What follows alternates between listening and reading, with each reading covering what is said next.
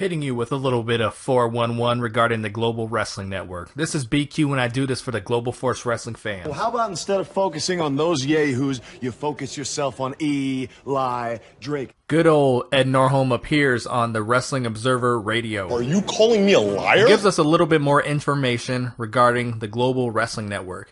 Now, I personally, as a fan, was very happy with the little bit of information that he did give us because I feel like the company's vision for the network is very similar to the vision that I had hoped that they had for it. Oh, okay. The Global Wrestling Network is supposed to be out next week, and I'm speaking to you today, on the 8th of September, 2017. Global Wrestling Network is going to feature an estimated 3,000 hours of content from their library, with 800 hours already ready to go when they launch the service. They are hoping, and this is something that I had said and a lot of people had said too, they are hoping to add content from other promotions such as Noah, AAA, and The Crash. This is a selling point that I think is really going to make the Global Wrestling Network successful. Why do I say this? There's a lot of people out there who subscribe to the WWE Network that aren't necessarily a fan of the current product, but they like the old WWF stuff, or the WCW stuff, or the ECW stuff. So when I was subscribing to the network, I know I kept it a lot longer than I initially intended because I enjoyed watching the 80s stuff. So basically with this TNA library, you're going to be able to get subscribers who may not be a fan of the current Global Force Wrestling product, but they might want to see the Asylum years, or they might want to see just, content from the very beginning of the company. They might want to see that old AJ Styles stuff or whatever it is. So there's some people who are fans back then who aren't fans right now. This could be an attractive product to them for that reason. There might be people who are just big fans of Lucha Libre, big fans of Japanese wrestling, and they can get that with the Global Wrestling Network. So you see where I'm going with this. It expands the opportunity and the possibility for people who may not be huge fans of the current product to want to go ahead and download the app. So the service is supposed to be out next week, and I'm speaking to you today on the 8th of September 2017, just to make that clear. So it's supposed to be out next week. They're looking at doing Roku and Apple TV, which I think are great as well. Streaming services, any kind of streaming service is really positive. I'm not going to lie, I'm not super familiar with Roku and Apple TV, but I do have a Fire Stick, so I would imagine that they're in the same ballpark. It's supposed to go for $7.99 a month, and there's going to be a 30-day trial period. A lot of people were saying when they watched the little bit of information they were dropping on TV, oh, well, it's a free app, it's a free network.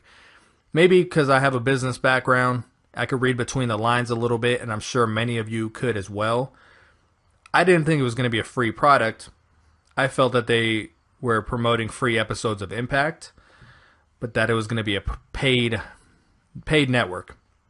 And sure enough, in North America, they're going to be adding to the free tier app 10 days after it airs on TV, episodes of Impact. So after it airs on Pop, 10 days later, there are going to be episodes in the free tier app. But it is a $7.99 app. I had said I thought $6.99 was a good price point for it. I was hoping they weren't going to go up to the $9.99. I don't think that would have been a smart idea.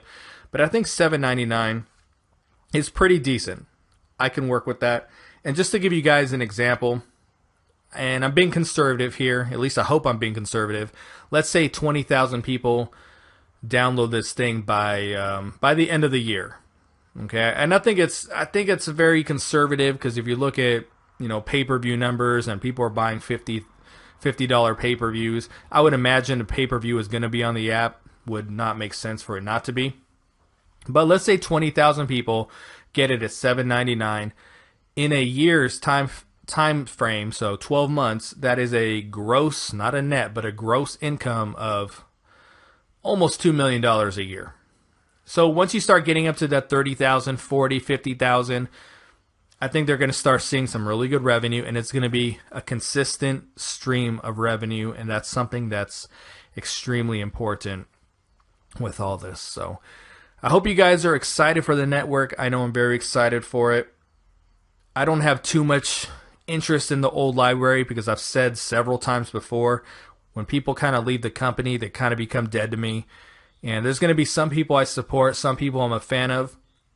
But one of the big reasons I'm just not really big into the old stuff is because a lot of those people who do leave the company haven't really wanted much to do with it after leaving.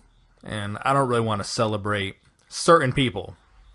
I'm more invested in the current product and seeing this product grow. But if they're able to get that Crash Noah AAA stuff on there, that thing's going to be killer. So I would imagine they're going to have to roll some punches early on. And it may be a little difficult to navigate at first. But I think it's going to be a huge thing for the company. And I think it's going to be the thing that keeps them ultimately going forward in the future. I had a long day today, folks. I know I had a little bit problem speaking today. Thanks for rolling with me, though. And I want to know what you guys think with the little information we've received so far. And I want to know if you plan on subscribing to the network.